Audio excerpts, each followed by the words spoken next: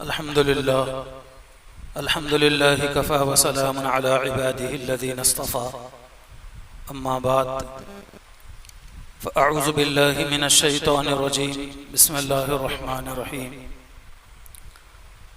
क़ाल अल्लाहु अज़्ज़ व जल्ल फ़ी कलामिहिल मजीद वल फ़ुरक़ानिल हमीद व क़ज़ा रब्बुका अल्ला तअबुदू इल्ला इय्याहु व बिल वालिदैनि इहसाना वला तक़ुल लहुमा उफ़्फ़िन वला तनहरहुमा वक़ुल लहुमा क़ौलन करीमा। सदक़ल्लाहुल मौलानाल अज़ीम। वक़ाल रसूलुल्लाहि सल्लल्लाहु अलैहि वसल्लम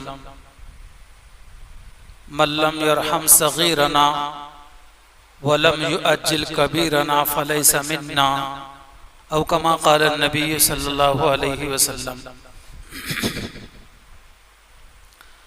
काबिल एहतराम दीनी भाइयों और अजीज़ों, मैंने गुज़िश्ता जुमा के अंदर इंसानी ज़िंदगी के अहम मराहिल पर कुछ गुफ्तगू की थी कि इंसानी ज़िंदगी के 3 मराहिल बड़े अहम हैं। बाज़ किताबों में 4 भी लिखा है। एक तो यह है कि बचपना, और दूसरे लड़कपना, और तीसरा जवानी, और चौथा है बुढ़ापा। शुरू के 3 मराहिल के ताल्लुक से मैंने कुछ बातें गुज़िश्ता जुमा में अर्ज़ की थी कि बचपना, लड़कपन, जवानी के ताल्लुक से ये तो हर किसी की अच्छे तरीके से गुजर जाती हैं,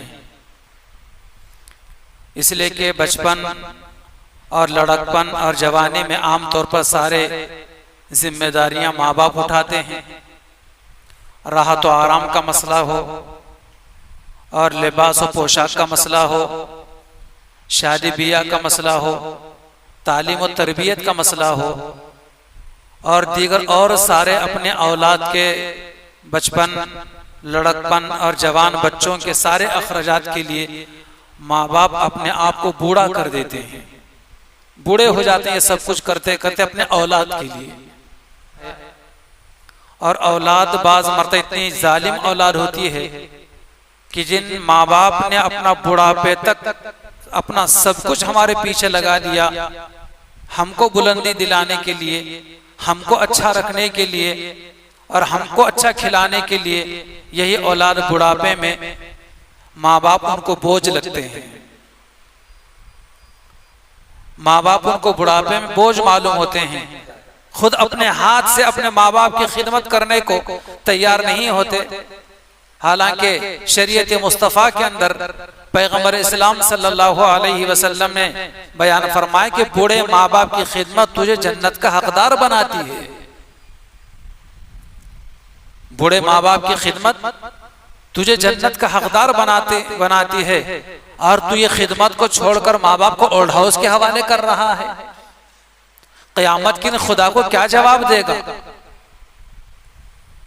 बहरहाल अल्लाह ताला ने हमें औलाद जैसी नेमत अता फरमाई हो तो हम अपने औलाद की अच्छी तालीम, अच्छी तरबियत करें, हुकूकुल्लाह उनको बताएं, हुकूकुल इस्लाम उनको बतलाएं, माँ बाप की अज़मत और मोहब्बत उन्हें बताएं, किसके साथ कैसे रहना चाहिए। तुम जवान हो रहे हो तो तुम्हें अपने बीवी के साथ कैसे रहना चाहिए। बेटे आज बहन भाई तुम हो, बड़े हो रहे हो, तुमको अपने बहनों के साथ कैसे रहना चाहिए। बहनों को कहना चाहिए अपने बेटियों को तुमको अपने भाइयों के साथ कैसे रहना चाहिए। बाप को कहना चाहिए कि मैं घर में न रहूं तो तुमको अपने माँ के साथ कैसे रहना चाहिए, पड़ोसियों के साथ कैसे रहना चाहिए, किन लोगों के साथ में दोस्ती करना चाहिए। ये सारी बातें बतलाना एक बाप की जिम्मेदारी है। आज उम्मन ये बातें बताने के लिए बाप के पास वक्त नहीं है, जिसकी वजह से ये सारी चीजें बच्चा सीख नहीं पाता, सीख नहीं सकता, कोई सिखाने वाला नहीं होता। बुढ़ापे में जाकर औलाद माँ बाप को तकलीफ देती है तो फिर रोते फिरते हैं, यहाँ वहां शिकायतें करते फिरते हैं कि हमारी औलाद हमारा हक अदा नहीं करती, हमारी देखभाल नहीं करती। हजरत उमर फारूक रज़ी अल्लाह ताला के जमाने का एक वाकया मैं सुनाऊं तो आपके मालूमात में इजाफा भी होगा और उससे इबरत और नसीहत भी हासिल होगी। उनकी अदालत में एक बूढ़ा आता है और बूढ़ा हाजिर होकर अदालत में हजरत उमर फारूक रज़ी अल्लाह ताला अन्हु से अपने जवान बेटे की शिकायत करता है कि अमीरुल मोमिनीन, मेरा बेटा मेरा हक अदा नहीं करता, मेरी बात नहीं मानता, मेरी इताअत और फर्माबरदारी नहीं करता। हजरत उमर फारूक रज़ी अल्लाह ताला अन्हु ने बड़े मियाँ को बिठाया। बिठाने के बाद आदमी भेजकर उस बूढ़े के जवान बेटे को बुलवाया और बुलाने के बाद बेटा हाजिर हुआ तो हजरत उमर फारूक रज़ी अल्लाह ताला अन्हु ने कहा कि तुम्हारे वालिद साहब तुम्हारी शिकायत लेकर हाजिर हुए हैं और तुम्हारे वालिद का यह कहना है कि तुम उनका हक अदा नहीं करते, उनकी खिदमत नहीं करते और उनकी इताअत और फर्माबरदारी नहीं करते, क्या बात है? तो उस नौजवान बेटे ने हजरत उमर फारूक रज़ी अल्लाह ताला अन्हु से कहने लगा कि अमीरुल मोमिनीन, क्या औलाद का कोई हक बाप पर नहीं है? औलाद का क्या कोई हक बाप पर नहीं है? हजरत उमर फारूक रज़ी अल्लाह ताला अन्हु ने कहा क्यों नहीं? तो उस नौजवान ने पूछा कि क्या हक है? तो हजरत उमर फारूक रज़ी अल्लाह ताला अन्हु ने बतलाया कि औलाद के बाप पर 3 हक हैं। औलाद के बाप पर 3 हक हैं। उस नौजवान ने पूछा कि अमीरुल मोमिनीन वो 3 क्या हक हैं? तो हजरत उमर फारूक रज़ी अल्लाह ताला ने बतलाया सबसे पहला हक ये है अय्युन्तका उम्महु, कि अपने औलाद के लिए उसकी मां को चुनकर लाया जाए। क्यों चुनकर लाया जाए? इसलिए कि उस आने वाली औरत की गोद तुम्हारे होने वाले बच्चे के लिए पहला मदरसा है। अब वो औरत जैसी होगी तुम्हारे बच्चे वैसे होंगे, जैसे अखलाक उस औरत के तुम्हारे बीवी के होंगे तुम्हारे बच्चे के भी वैसे ही होंगे। जैसे गुफ्तगू करने का अंदाज तुम्हारे बीवी का होगा तुम्हारे औलाद का भी होगा। बच्चा सबसे ज्यादा सबसे पहले मुतासिर होता है अपने बीवी, अपने माँ से, अपने बाप से। पिछले जुमा में भी शायद मैंने ये बात कही थी। इसलिए सबसे पहला हक बाप के ऊपर क्या है? एक नौजवान के ऊपर यह है कि जाहिर बात है कि शादी होने के बाद बच्चा होना ही होना है। इल्ला माशाल्लाह हजारों में एक ऐसे होते हैं जिनको शादी होने के बाद भी औलाद नहीं होती। वो कुदरत का निजाम है। वो अल्लाह ताला जिसे चाहते हैं औलाद अता फरमाते हैं, जिसे चाहते हैं औलाद से महरूम रखते हैं। अल्लाह ताला जिसे चाहते हैं लड़के और लड़कियां अता फरमाते हैं। कुदरत का यह अजीब और गरीब करिश्मा है कि बाजों को सिर्फ लड़कियां ही अता फरमाते हैं और बाजों को लड़के अता फरमाते, लड़कियां नहीं होती। और बाद वो होते हैं कि जिनको न लड़कियां होती है न लड़के होते हैं। ये कुदरत का निजाम है, इसमें हम आम इंसानों का कोई अमल दखल नहीं है। और किसी शौहर को अपने बीवी से नाराज होने का कोई हक नहीं है अगर औलाद नहीं होती, खुदा का फैसला है। और अगर किसी औरत को लड़कियां ही पैदा हो रही हैं तो शौहर को इस बात का हक नहीं है कि अपने बीवी को तंज करे या ताना दे कि तू सिर्फ बच्चे लड़कियां जनती है, तेरे पेट से कोई लड़का नहीं होता। कुदरत का फैसला है, अल्लाह जिसे जो चाहे दे दे। तो मैं ये कह रहा था कि सबसे पहला हक औलाद का यह है कि औलाद दुनिया में आने से पहले उसकी मां जो होने वाली आपकी बीवी है उसको चुनकर लाया जाए। नेक सीरत हो, अच्छे अखलाक हो, अच्छे किरदार हो, बाहया हो, सौम और सलात की पाबंद हो। इसलिए कि इसकी गोद जो तुम्हारी बीवी है उसकी गोद तुम्हारे होने वाले बच्चे के लिए पहला मदरसा है।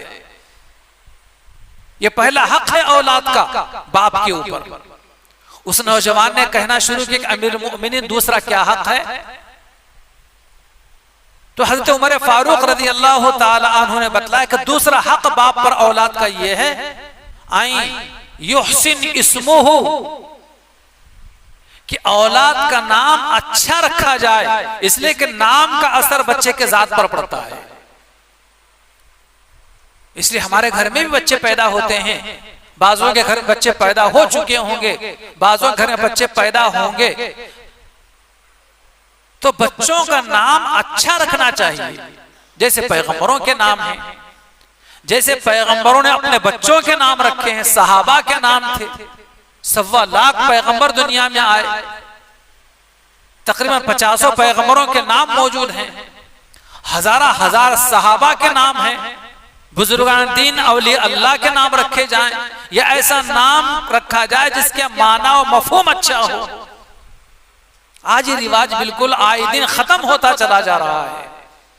ना बच्चों के नाम सलीके के हैं, ना बच्चियों के नाम कोई तहजीब के हैं। एक भोना सर का लफ्ज कहीं से उठा लिया, कहीं से सुना, या नेट पर कहीं देख लिया, बस वो उठाकर लग दिया। आप देखते हैं वहां पर नेट के ऊपर उसके माना मफहूम, तो जाहिर बात है कि वहां पर एक जुबान जैसे उर्दू है, इसका तर्जुमा किया जाए, मराठी में कुछ और होता है, इंग्लिश में कुछ और होता है, तेलुगु में कुछ और होता है, मलयालम में कुछ और होता है। तो इंग्लिश के अंदर जो है किसी भोंडे सर के लफ्ज का तर्जुमा देख ले तो बड़ा अच्छा नजर आ रहा है, उठाया रख दिया गया। अजीब व गरीब किस्म के नाम आजकल, ना बोलने में बोला जा सकता है, ना सुनने को अच्छा लगता है, ऐसे नाम रख रहे हैं, क्योंकि नया नाम होना है।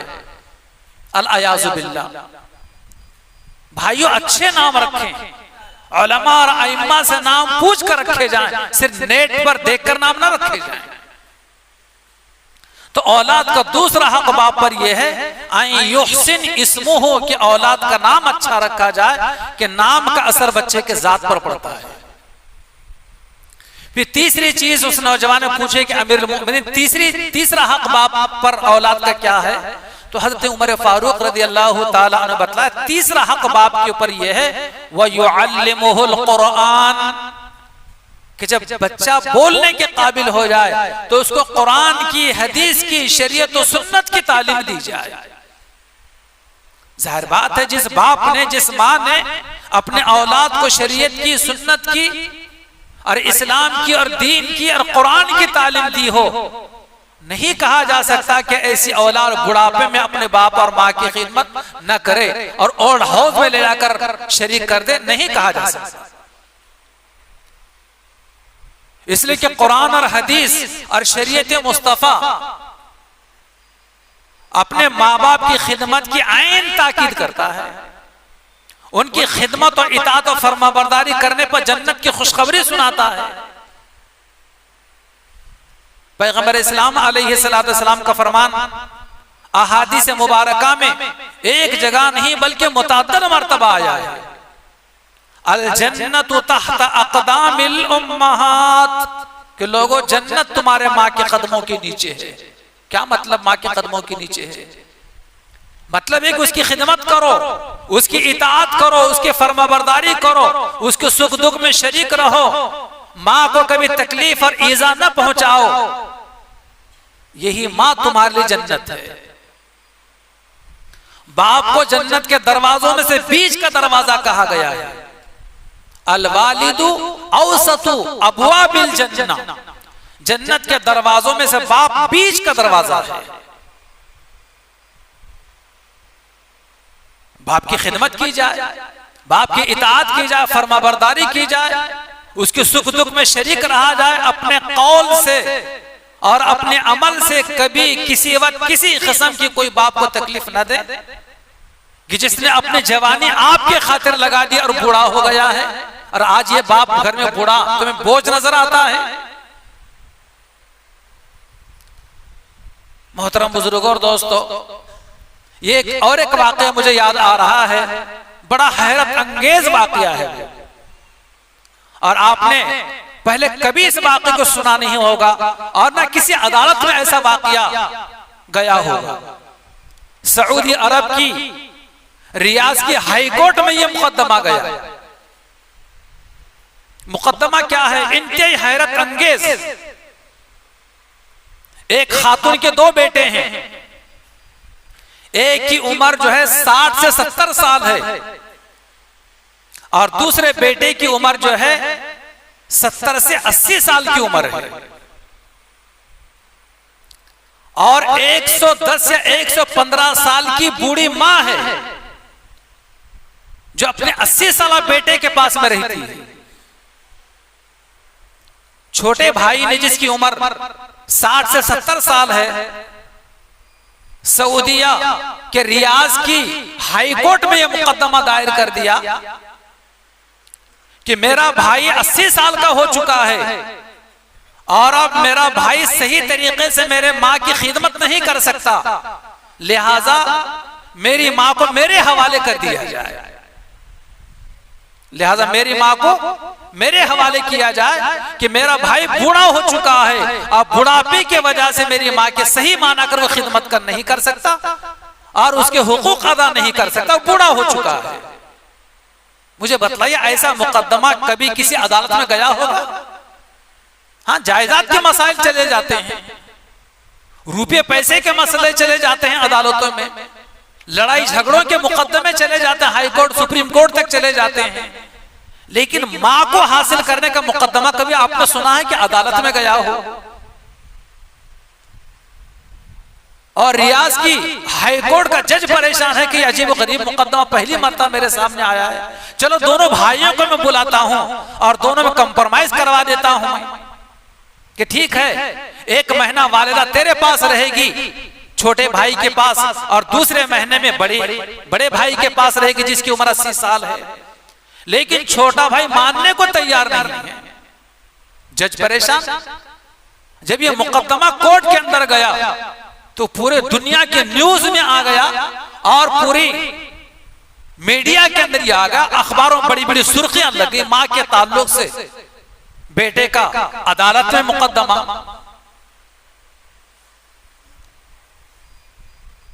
छोटा बेटा मानने को तैयार नहीं है।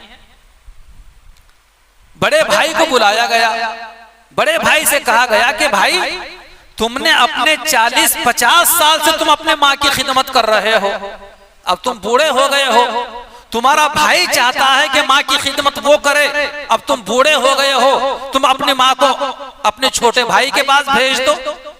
लेकिन बड़ा भाई मानने को तैयार नहीं कि नहीं, जब तक मैं जिंदा हूं मेरी माँ मेरे ही पास रहेगी, मैं ही वह खिदमत की सआदत हासिल करूंगा। आज हम क्या करते हैं, कोई अलग होने का मसला आ गया, भाई आपस में अलग हो रहे हैं, जायदाद तकसीम हो रही है, तो कुछ रुपए पैसे कम ज्यादा करके किसी एक बेटे के हवाले माँ बाप को कर दिया जाता है, ये पैसे इतने ज्यादा ले, तू ही खिदमत कर ले। अब जिंदगी भर माँ बाप को अपने घर लाके खिदमत करना नहीं चाहते, बस खिदमत के मुआविज तूने पैसे लिया है, बस तू ही खिदमत कर। हाँ, तेरे पास जब मैयत हो जाएगी माँ की, अब आपके मैं जनाजे में हाजिर हो जाऊंगा। लेकिन यहाँ जायदाद का मसला नहीं है, बल्कि बूढ़ी माँ को हासिल करने का मसला है कि मैं भी बूढ़ी माँ की खिदमत करके मैं भी जन्नत हासिल करूं। जज परेशान हो गया और जज ने बूढ़ी माँ को जो कुर्सी पर बिठाकर व्हीलचेयर के ऊपर से लाया गया अदालत में, और उससे कहा गया कि बड़ी भी तुम अपने बेटे के पास, बड़े बेटे के पास रहते हुए 40 से 50 साल हो गए हैं, वो तुम्हारी खिदमत कर रहा है, क्या तुमको तुम्हारे बड़े बेटे के पास किसी किस्म की शिकायत है, तकलीफ है, कोई परेशानी है आपको?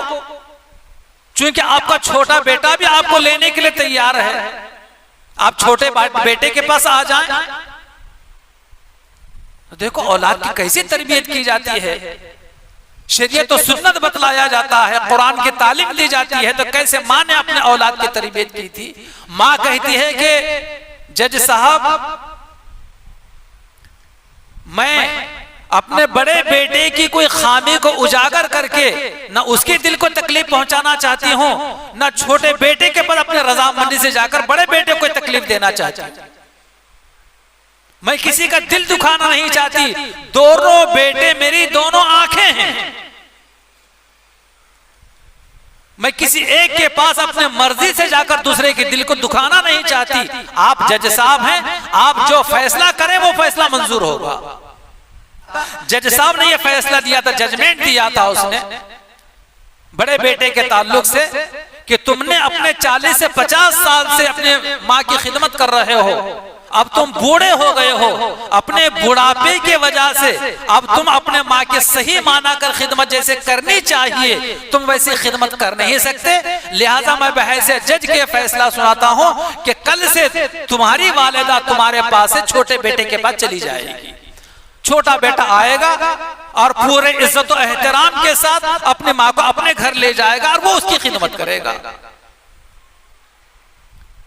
जब जज साहब ने ये जजमेंट सुनाया, ये फैसला सुनाया, तो अदालत के कटहरे में खड़े होकर बड़ा बेटा ज़ारो क़ितार रोने लग गया।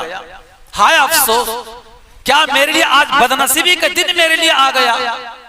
क्या आज मेरे बुढ़ापे की वजह से आज मेरी माँ मेरे पास से अपने मेरे भाई के पास जाने लगी है और मेरे बूढ़े होने की वजह से मेरी जन्नत मुझसे दूर हो रही है। कितनी महरूमी का दिन है मेरे लिए। मुझे बतलाइए, ऐसा मुकदमा किसी अदालत में कभी गया होगा?